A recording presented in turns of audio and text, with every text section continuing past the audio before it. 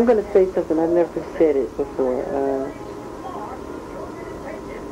And this is the truth, Smoothie. I have no reason to lie to you, and God knows I'm telling you the truth. I think all my success and fame, and I've wanted it.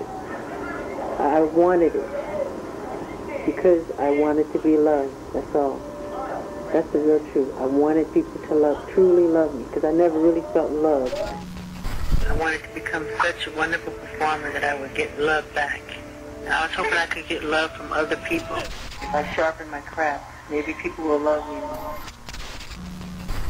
I needed someone. That's probably why I had the mannequins, because I felt I needed people, someone, and I was too shy to be around real people. I love them. It's like real babies and kids and people. But it makes me feel like I'm in a room with people. So you thought if you became a great star, very successful, and loved by the world, your father would love you too? Mm-hmm. So you could change him that way? Mm-hmm. I was hoping I could. And I was hoping I could get love from other people, because I needed it real bad, you know. If there was a Children's Day when I was little, and I looked at my father and say, okay, Daddy, Joseph, what are we going to do today? You know what that would have meant to me? You go, well, you want to go to the movies? That's great. That would have meant so much to me, Smooth. He was rough. The way he would beat you was, was hard, Sometimes he'd make you strip nude first. He would oil you down, your whole ritual. He would oil you down. So when the whip of the ironing cord hit you, it would just, and it was just like me dying. And you just whips all over your face, your back, everywhere. And I always hear my mother back, no, Joe, you're going to kill him, no. I was like, I would just give up. I'd go, there's nothing I can do, And I hated him for it. Hated him.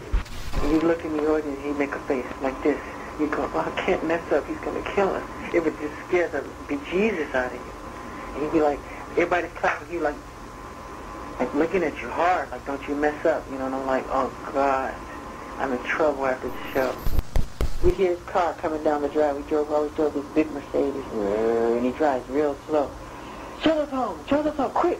Boom, door slam, everybody runs to their room. Like there's sometimes I'd be in bed at night sleeping. It's 12 at night. The door's locked.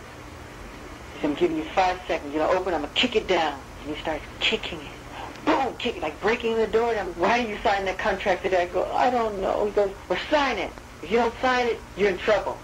So you would sign? I had to.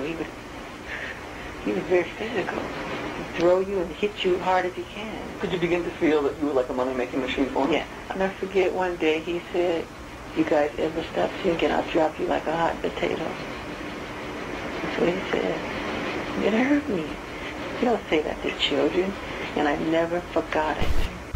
We used to say to our mother, we say to each other, and I'll never forget this. Janet and myself, I would say, Janet, shut your eyes. She'd go, okay, they're shut.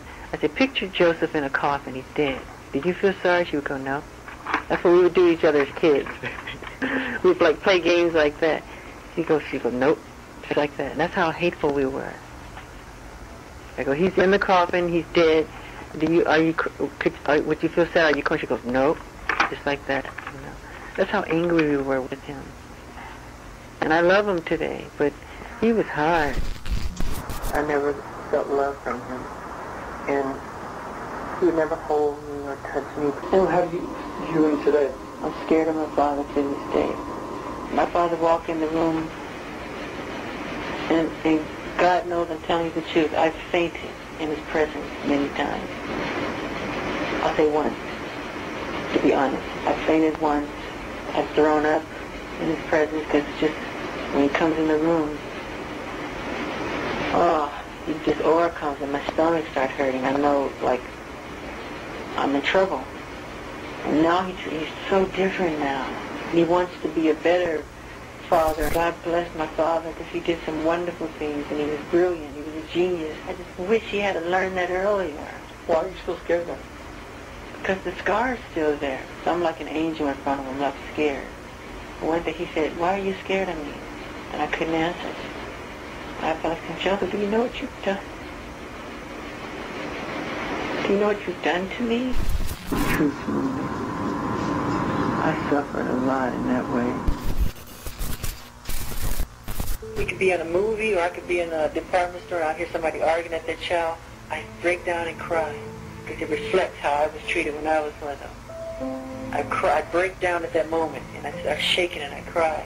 Can't take it. It's hard. My greatest dream that I have left, I've accomplished my dreams with music and all of that, and I love music and entertainment. It's this children's initiative thing that we're doing. Because I don't care about it. I really don't. I don't care about it. I honestly don't. I mean, what keeps me going is children. Or else I would seriously, I told you this before, and I swear to God, I mean every word, I would throw in the towel if it wasn't for children and babies. And that's my real honest, and I've said it before, if it wasn't for children, I would choose death. I mean it with all my heart. Like I say to Prince Paris, you know why I bought you this? They said, because you love me. I said, yes, that's why I bought it. They need to know that. Do you feel that God gave you a certain healing power? And I've seen children just shower all over me with love. They want to just touch me and hug me. I've seen them just come to me, just hold on and cry and not let go. And mothers take their babies and put them into my arms, touch my baby and hold them, touch my baby, touch my baby. Every time I talk to him, he's in a better spirit. And you're healing them, not just speaking. I know I'm healing. Did I need to, Michael? And then he calls me Dad. I go, well, you better ask your dad if it's okay for you to call me Dad. He said, Dad, is it okay if I call Michael Dad?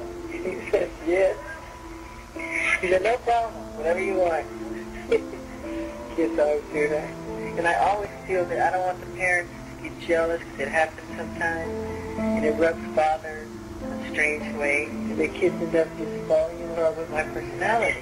Sometimes it gets me into trouble, but I'm just there to help. Believing in children, believing in young people, believing that God gave me this for a reason, to help my babies. I see beautiful all children. They're all beautiful to me. They're so beautiful, and I love them all. Deeply. I want to be buried right where there's children. I want to feel safer that way. I want them next to me. I need the spirit. I would love to come back as a child that never grows old, like Peter Pan. The happiness and the joy that I see in the eyes of the children, they save my life, so I want to kick it back. They saved me, Smoothie. I'm not joking. My mother, I don't know anybody like her. She's like a Mother Teresa. Very few people like that. She was pulling out of the market, right? It was a block from my house in Encino. She was in her Mercedes, and this white guy in a car screamed out to her, "Go back to Africa, you just like that. It hurt me so much. From the stories of my brothers in their Rolls Royces, they get out of the car, lock the door. When they come back to their car, they would find a key. Some guy walked by and would scrape off all the paint. This was a black man driving it. Black man driving a Rolls Royce. I just hate anything to do with, because of the color of a person's skin has nothing to do with the content of their character.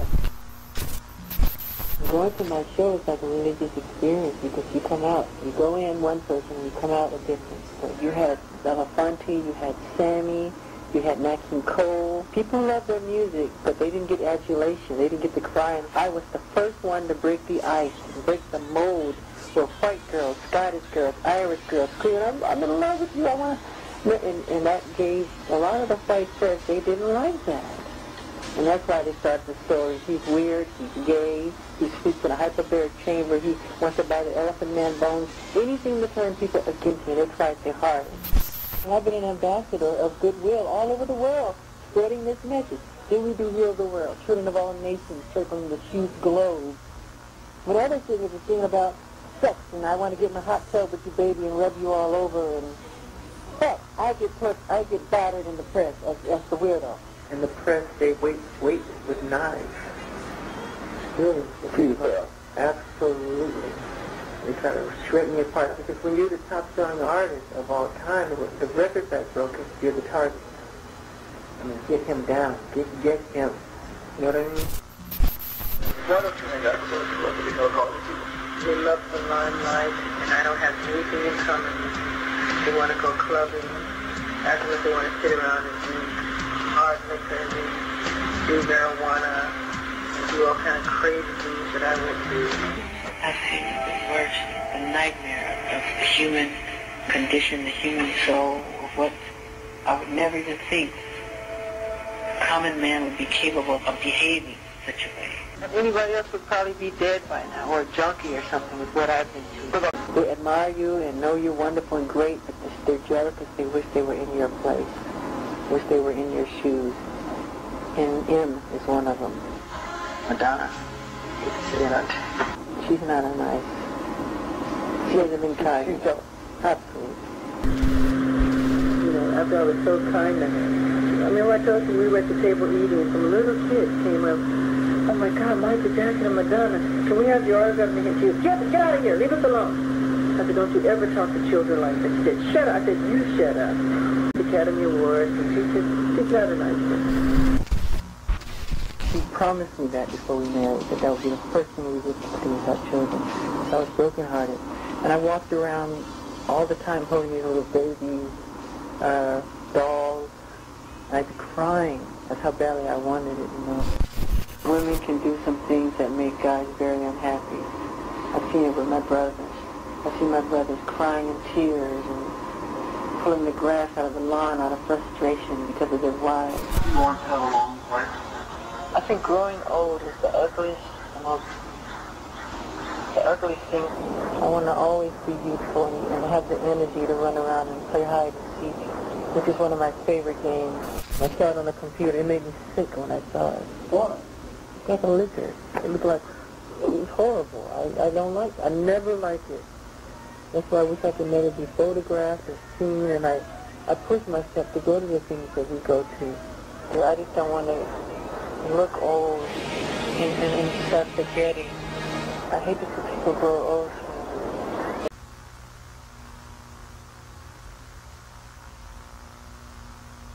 I wouldn't eat. Took the spoon and would put it to my mouth. Really? When I get really upset or hurt, I don't eat. I go on a food. I just eat. Till I'm unconscious. Then they started doing it intravenously, you know. Because my body breaks down. I won't eat. I pray when I see something that's totally magnificent. How could you not see that and go, wow, and think of God?